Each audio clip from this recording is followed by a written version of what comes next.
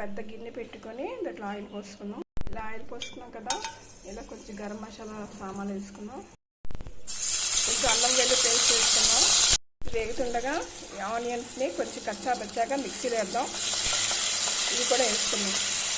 చేసాక పచ్చిమిరపకాయలు కూడా వేసుకున్నాం. ఇది కొంచెం బాగా ఫ్రై అవ్వాలి, పచ్చివాసన పోయే వరకు.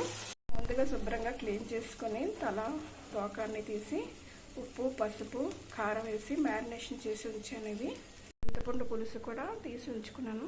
ఇది కదా తగినంత ఉప్పు ముందే ఫిష్లో వేసాం కదా, చూసుకొని వేసుకోవాలి. ఉప్పు, కొంచెం కారం, కొంచెం పసుపు. ఇలా బాగా వేగాలి. వేగాక ఈ మ్యారినేషన్ చేసిన ఫిష్ కూడా స్లోగా వేసుకోవాలి. ఎక్కువ కలపకూడదు. ఇప్పుడు నెమ్మదిగా చింతపండు రసాన్ని కూడా స్లోగా వేసుకుందాం. ఇప్పుడు కొత్తిమీరని వేసుకుందాం. గరిటె పెట్టి కలపకుండా కరెక్ట్గా ఇలాగా మెదుపుకోవాలి స్లోగా. తర్వాత మూత పెట్టి ఒక 20 మినిట్స్ పాటు బాయిల్ అవుతే కర్రీ పులుసు రెడీ అవుతుంది. మూత తీసి చూద్దాం. దగ్గర పడింది కదా, జాగ్రత్తగా కలపాలి. ఇది ఇప్పుడు పులుసు ఇలా చిక్కబడింది కదా, ఇలా ఉంచేసుకోవచ్చు, లేకపోతే ఇంకొంచెంసేపు ఉంచుకోవచ్చు.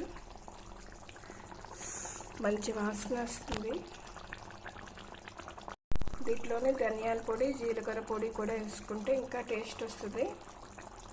నా వీడియో నచ్చితే లైక్ చేయండి, సబ్స్క్రైబ్ చేయండి. ఏదో పులుసు పెట్టాను, నాకు తోచిన విధంగా.